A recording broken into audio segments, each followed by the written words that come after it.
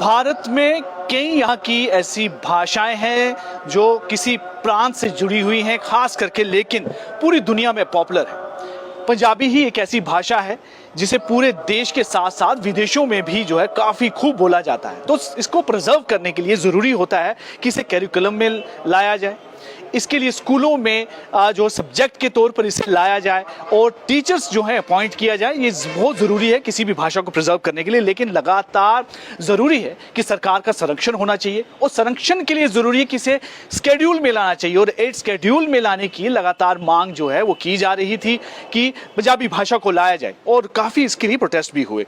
अब फिर से मांग उठी है। तरनजीत सिंह टोनी जी इस समय हमारे साथ हैं, लगातार आवाज़ उठाते रहे हैं इस भाषा को लेकर और अन्य कई मुद्दों को लेकर। फिर से जो है आप इस बात को दोबारा से मांग कर रहे हैं सरकार के साथ कि पंजाबी भाषा को एक शेड्यूल में लाएं और साथ में इसकी प्रमोशन के लिए जो है और कई जो कदम उठाए जाने चाहिए उठाएं। तो इसके बारे में किस तरह का आपके जो है इस बात को ले जा रहे हैं?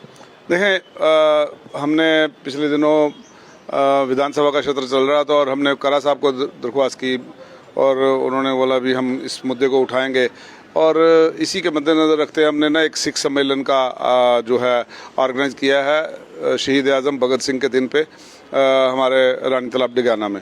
तो उस दिन हमारे करा साहब आएंगे, मीर साहब को भी बुलाएंगे ताकि हमारी आवाज़ जो है असेंबली के अंदर गूंजे कि हमारा पंजाबी के साथ जो वितकरा हुआ है वो 8 शेड्यूल में उसको डाला जाए ताकि उसको एक रिस्पेक्टिव दर्जा मिले और मेरी आने वाली नस्लें जो हैं वो पंजाबी पढ़ेंगी तो इतिहास से जुड़ेंगी।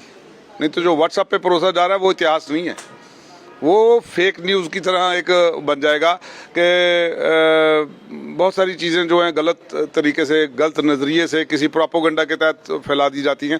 तो मैं समझता हूं कि मेरा जो विरसा है, मेरा जो इतिहास है वो इतना रिच है, उसको मेरी नौजवान नस्ल पढ़ेगी तो वो खुद नशों से दूर हो जाएगी। खुद एक राष्ट्रीय जो एकता का प्रतीक है हमारा देश, उसको मजबूत करेगी। क्योंकि मैं जिस विरसे से हूँ, जहाँ मैं माथा टेकता हूँ, वहाँ लिखा है कि ये सर्व सांझी गुरबानी है। कहीं नहीं लिखा ये सिखों की बानी है, ये सर्व सांझी गुरबानी है। और उन्होंने लिखा कि 4 वर्णन को उपदेश साझा, इसीलिए 4 जोड़ियां हैं हमारे दरबार साहब के अंदर के सभी वर्गों को जो 4 वर्णों में बांटा गया था, 4 वर्णन को उपदेश साझा। यहाँ से जो उपदेश जाएगा वो सबके लिए एक समान होगा। तो मैं उस विरसे की बात कर रहा हूँ कि जो दुनिया भर में गिलाया जा रहा है, लेकिन हमारे देश के अंदर इसको थोड़ी सी चोट पहुंच रही है और खासकर जम्मू कश्मीर रियासत के अंदर। और मैं उमर अब्दुल्ला साहब जो चीफ मिनिस्टर हैं उनसे दरख्वास्त करूंगा कि आप हमारी इस आवाज़ को आगे तक लेके जाएं, सेंटर तक, ताकि हमारा ये जो है इसका जो खोया हुआ दर्जा है, जो हमारा हक है वो 8 शेड्यूल का वो लागू हो। लेकिन मैं इसमें एक आपसे प्रश्न पूछूंगा, हालांकि आपकी मैं इसमें राय जरूर जानना चाहूंगा कि डोगरी को तो 8 शेड्यूल में डाला उसे इस उम्मीद के साथ जिस तरह से आप उम्मीद कर रहे हैं कि ताकि यहाँ पर उसको प्रमोट किया जा सके और ज़्यादा पढ़ा जाए, लेकिन आपने देखा कि डोगरी की भी हालत कोई कुछ सुधरी नहीं है। 8 शेड्यूल में डालने के बावजूद भी स्कूलों में बहुत कम जो है इसे पढ़ाया जाता है। टीचिंग अगर उसमें अपॉइंटमेंट देखें तो बिल्कुल ना के बराबर हैं। और यहाँ पर जो स्थिति उसकी भी उम्मीद की जा रही थी कि काफ़ी इसमें बदलाव होंगे, लेकिन हो नहीं रही है।